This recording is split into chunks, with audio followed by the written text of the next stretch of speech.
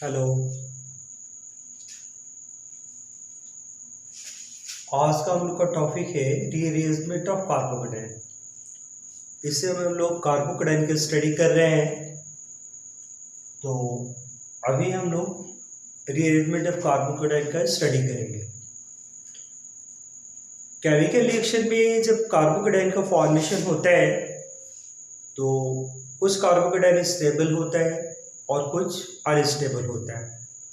3 degree carbocation most stable होता है। अगर केमिकल रिएक्शन में 3 डिग्री कार्बोकेटाइन का फॉर्मेशन हो तो वो इसलिए केमिकल रिएक्शन में कंट्रीब्यूट करता है, प्रोडक्ट का फॉर्मेशन करता है और जो भी प्रोडक्ट बनता है वो मोस्ट स्टेबल होता है। वैसे रिएक्शन का एक्टिवेशन एनर्जी कम होता है, लेकिन उल्टा अगर रिवर्स हो जाए, केमिकल रिएक्शन में लेस स्टेबल अगर कार्बोकेटाइन का फॉर्मेशन हो तो उस केमिकल रिएक्शन का एक्टिवेशन एनर्जी बहुत ज़्यादा हाई होता है। वहाँ पे प्रोडक्ट का फॉर्मेशन ईजिली नहीं होता है और जो भी प्रोडक्ट बनेगा वो प्रोडक्ट लेस स्टेबल होगा। तो रीअरेंजमेंट ऑफ कार्बोकेटाइन के थ्रू कार्बोकेटाइन को रीअरेंज करके कार्बोकेटाइन की स्टेबिलिटी इंक्रीज की जाती है, कार्बोकेटाइन की स्टेबिलिटी बढ़ाई जाती है और कार्बोकेटाइन जितना ज़्यादा स्टेबल होगा, रिएक्शन की केमिकल रिएक्शन की एक्टिवेशन एनर्जी उतना ही कम होगी, प्रोडक्ट उतना ही आसानी से बनेगा और रिएक्शन भी फास्ट होगा। तो रीअरेंजमेंट ऑफ कार्बोकेटाइन का मेन यही व्यू है। इसी के लिए हम लोग रीअरेंजमेंट ऑफ कार्बोकेटाइन पढ़ते हैं। तो हम लोग देखते हैं rearrangement of carbocation.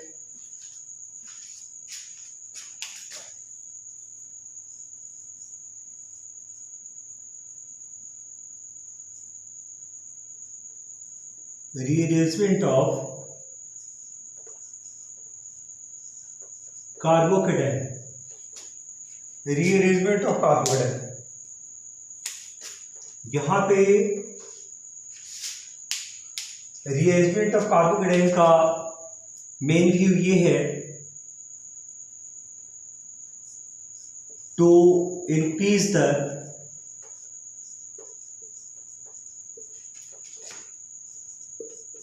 stability of carbocation. ये पहला to lowering the activation energy of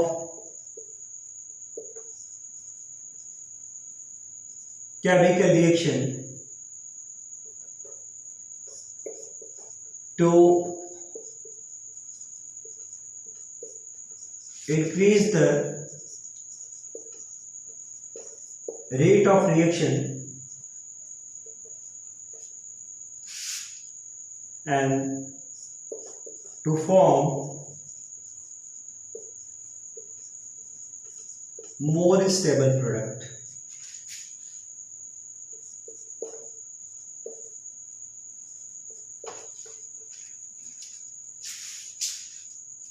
यहां पे हम लोग स्टेबिलिटी ऑफ कार्बोकेटाइन की बात कर रहे हैं। तो रीअरेंजमेंट के थ्रू कार्बोकेटाइन की स्टेबिलिटी इंक्रीज करती है, केमिकल रिएक्शन का एक्टिवेशन एनर्जी डिक्रीज करता है, रिएक्शन का रेट इंक्रीज करता है और इस तरह से जो भी प्रोडक्ट बनेगा वो प्रोडक्ट मोर स्टेबल होगा। इसी के लिए कार्बोकेटाइन का रीअरेंजमेंट किया जाता है। लिख लीजिए आप लोग या स्क्रीनशॉट ले लीजिए।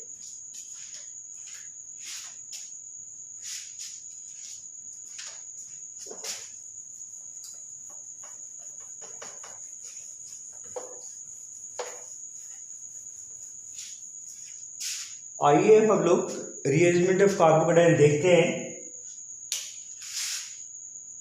जैसे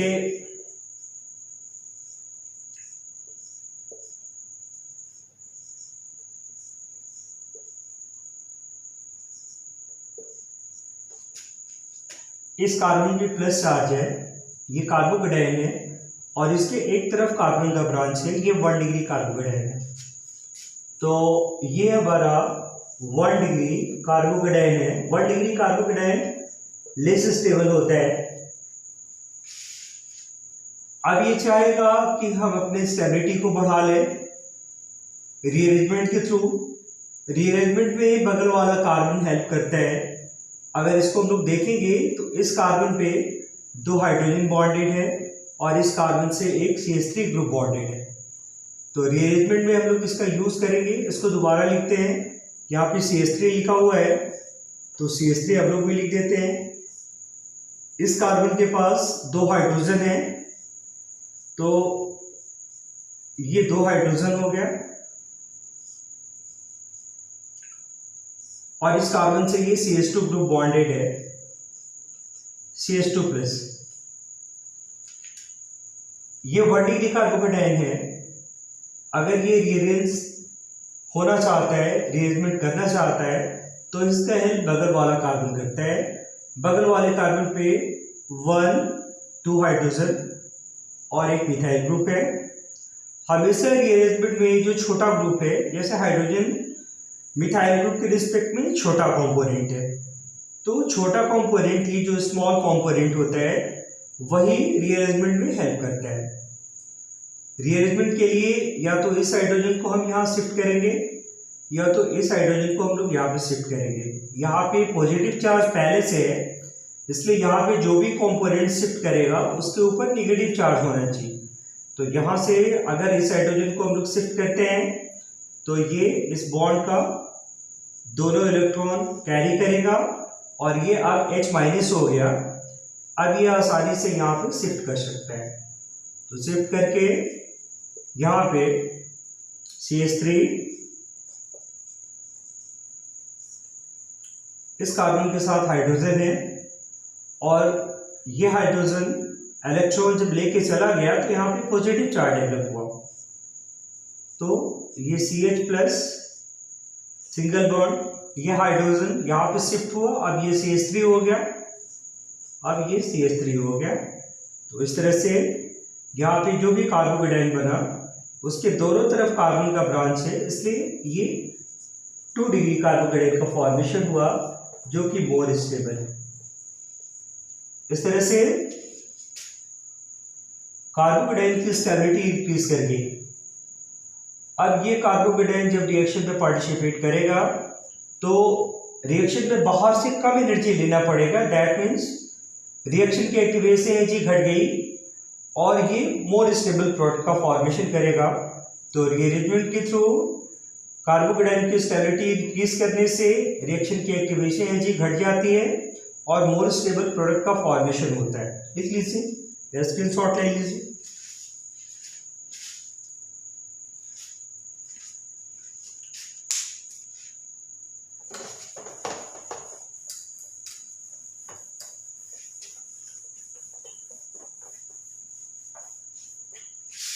अब दूसरा एग्जांपल लेते हैं हम लोग।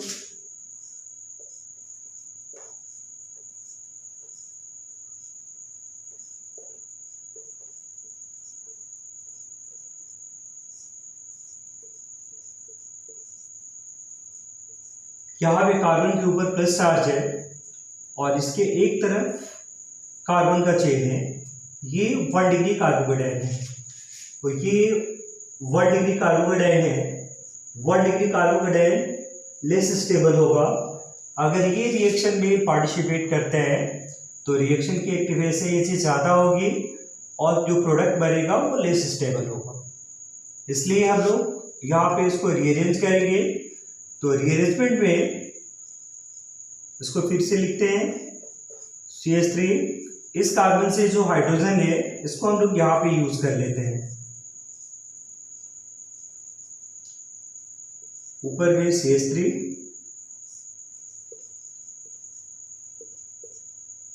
अब इस कार्बन पे ये प्लस चार्ज है, कार्बोकेटायन है। इसके बगल वाले कार्बन पे 2 मिथाइल ग्रुप और एक हाइड्रोजन। हाइड्रोजन छोटा ग्रुप है, इसलिए हाइड्रोजन को शिफ्ट करके हम अपना रीअरेंजमेंट करेंगे। तो हाइड्रोजन यहाँ से इलेक्ट्रॉन गेन करके और इजिली यहाँ पे शिफ्ट कर जाएगा। अब हम लोग इसको लिखेंगे, यहाँ से CH3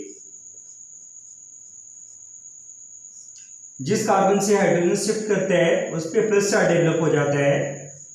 इस कार्बन पे पॉजिटिव चार्ज डेवलप हुआ, ऊपर में मिथाइल ग्रुप है, ये हम लोग का मिथाइल ग्रुप, और इस कार्बन पे हाइड्रोजन जब शिफ्ट करेगा तो ये CH3 ग्रुप में कन्वर्ट हो जाएगा। इस तरह से इस कार्बन पे प्लस है और इधर 1 कार्बन चेन, 2 कार्बन चेन और 3 कार्बन चेन। इस तरह से 3 डिग्री कार्बोकेटाइन का फॉर्मेशन हुआ और 3 डिग्री कार्बोकेटाइन मोर स्टेबल है और ये रिएक्शन में अगर कंट्रीब्यूट करे तो प्रोडक्ट का फॉर्मेशन इजीली होगा, एक्टिवेशन एनर्जी यहाँ पे कम होगी, रिएक्शन जल्दी होगा, रिएक्शन फास्ट होगा और मोर स्टेबल प्रोडक्ट का फॉर्मेशन होगा। नेक्स्ट एग्जांपल लेते हैं हम लोग।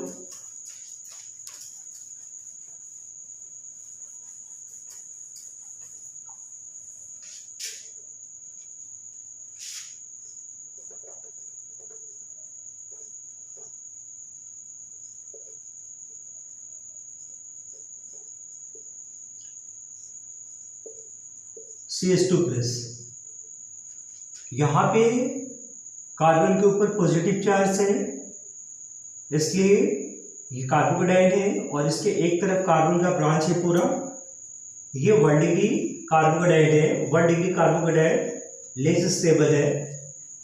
इसमें रीअरेंजमेंट के लिए बगल वाले कार्बन पे केवल मिथाइल ग्रुप है, इसलिए मिथाइल ग्रुप को ही शिफ्ट किया जाएगा रीअरेंजमेंट में। तो यहाँ से ये मिथाइल ग्रुप इलेक्ट्रॉन लिया और ये यहाँ पे शिफ्ट कर गया।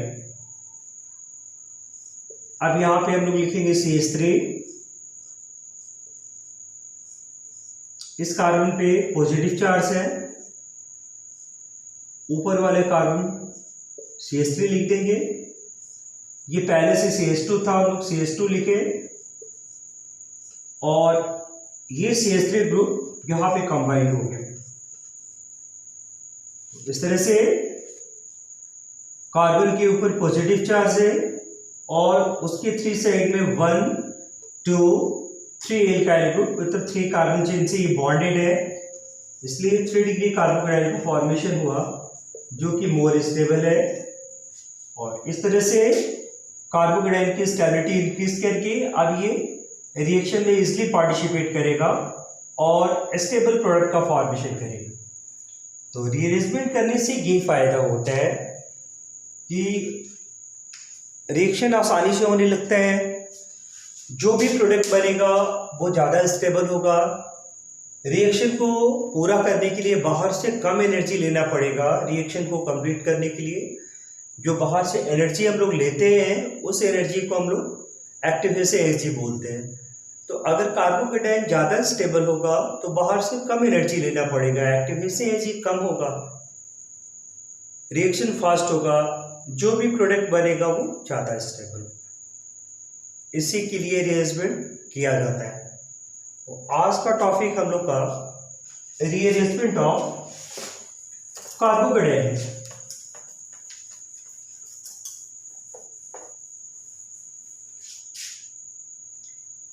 यहाँ पे और एग्जाम्पल हम लोग लेते हैं।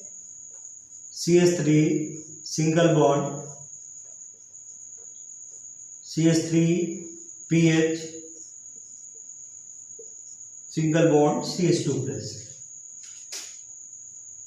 ये कार्बोकेटाइन कार्बन के ऊपर प्लस है, कार्बोकेटाइन है, इसके एक तरफ कार्बन का ये बड़ा ब्रांच है, इसलिए ये 1 डिग्री कार्बोकेटाइन है। 1 डिग्री कार्बोकेटाइन का मतलब हुआ लेस स्टेबल कार्बोकेटाइन। अब यहाँ पे इस कार्बन के ऊपर प्लस चार्ज है, इसके बगल वाले कार्बन पे 2 मिथाइल ग्रुप है और एक पीएच है। मिथाइल छोटा ग्रुप है, अगर इसको हम शिफ्ट करते हैं यहाँ पे तो 3 डिग्री कार्बोकेटाइन का फॉर्मेशन होगा, और अगर हम फिनाइल ग्रुप को भी शिफ्ट करते हैं तो 3 डिग्री कार्बोकेटाइन का फॉर्मेशन होगा। लेकिन ये छोटा ग्रुप है इजली शिफ्ट कर जाएगा, इसलिए हम मिथाइल ग्रुप को ही यहाँ पे शिफ्ट करेंगे। और मिथाइल ग्रुप जब शिफ्ट करेगा तो उस केस में मोस्ट स्टेबल कार्बोकेटाइन का फॉर्मेशन होगा। तो यहाँ पे मिथाइल ग्रुप इलेक्ट्रॉन गेन किया और यहाँ पे ऐसे शिफ्ट कर गया। अगर मिथाइल शिफ्टिंग होता है, मिथाइल ग्रुप का शिफ्टिंग, तो यहां पे जो कार्बोकेटाइन बनेगा CH3 C+ है, single bond CH2, single bond CH3। और अगर हम लोग फिनाइल ग्रुप को शिफ्ट करेंगे, इस ग्रुप को अगर शिफ्ट करेंगे तो फिनाइल शिफ्टिंग करेंगे अगर, तो यहां पे इस तरह से CH3 C+, single bond CH3, single bond CH2, single bond PH। ये लेस स्टेबल कार्बोकेटाइन है और ये मोर स्टेबल कार्बोकेटाइन है, इसलिए हम मिथाइल शिफ्टिंग करेंगे। इसको हम ज़्यादा प्रेफरेंस देंगे मिथाइल शिफ्टिंग को, ये ज़्यादा स्टेबल कार्बोकेटाइन का फॉर्मेशन कर रहा है, इसलिए ये ज़्यादा करेक्ट है। इस तरह से कार्बोकेटाइन का रीअरेंजमेंट करके और हम लोग स्टेबल कार्बोकेटाइन का फॉर्मेशन कर रहे हैं, जिससे कि रिएक्शन रिएक्टिव एफिशिएंसी घट जा रही है, रिएक्शन फास्ट हो जा रहा है और मोर स्टेबल प्रोडक्ट का फॉर्मेशन हो रहा है। रीअरेंजमेंट का इम्पॉर्टेंट, जितना भी इम्पॉर्टेंट पॉइंट है, जितना भी सिग्निफिकेंस है, वो यही है।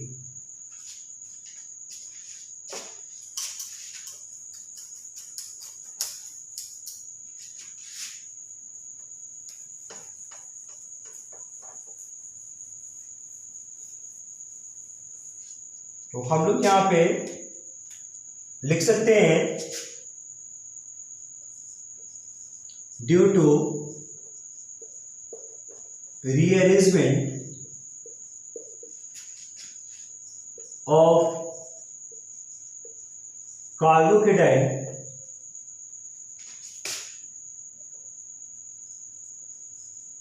the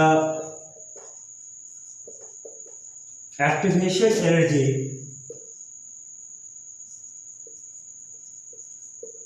of chemical reactions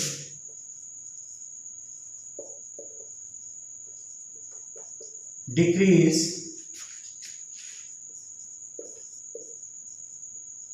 to form a stable carbocation